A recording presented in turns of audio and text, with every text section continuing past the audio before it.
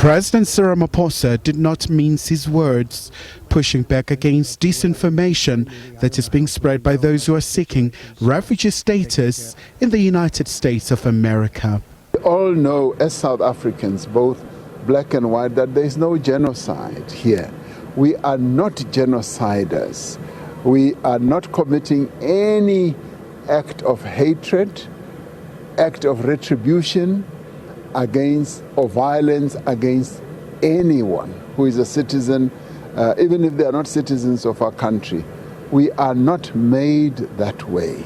So we will obviously, if this matter comes up, we will make that extremely clear. Every South African knows and agrees that there's no genocide here. And the false stories that have been perpetrated or that have been bandied around, we all know are not true. They are not a reflection of who we are.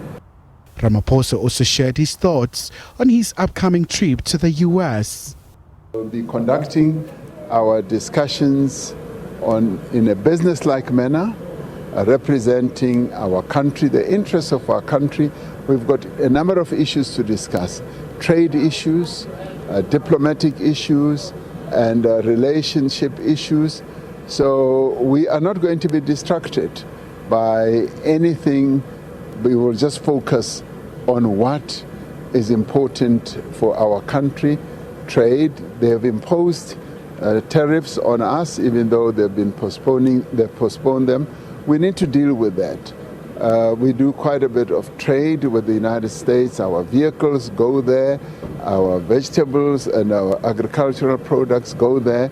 So they are our trading partner, and we therefore need to interact with them. The presidency remains cautiously optimistic that the meeting between President Ramaphosa and President Trump will provide a platform for these two strategic partners to engage on a variety of issues. One analyst says this is a very important time for the two leaders to talk. It will, of course, be somewhat overshadowed by this idea of granting refugee status to Afrikaners from South Africa, which of course is based on a completely false narrative. But I think what we also need to understand is that the Trump administration is trying to impose penalties on South Africa for its position in the International Court of Justice. And so, you know, we shouldn't look at it lightly, the fact that they keep insisting on this word of genocide, because, of course, we have accused Israel, of possibly committing genocide in Gaza. SABC News took to the streets of Johannesburg to gauge members of the public's sentiments. We'll be able to discuss such issues and find a common ground. I mean, some things, as I said, them having this back and forth and not physically meeting. You know, some things can be sorted out in terms of physically meeting and ironing out these issues in terms of how do they go about it and what actually happened and the president can probably get a chance to explain to President Trump as to what's happening, what are the laws, and explain certain misunderstandings. I don't think there's necessarily any solution unless, of course, if somehow we can find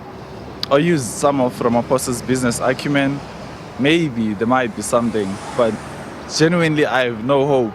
And I think he should not go there and he should just join Ibrahim Traore. I don't think this meeting is going to yield any positive results, mainly because I feel like President Trump is focused on building the economy of the U.S. and will do whatever it takes to just make sure that the economy of the U.S. is top-notch. Meanwhile, a number of parties will keep a close eye on this much-anticipated working visit. Khumalo, SABC News, Johannesburg.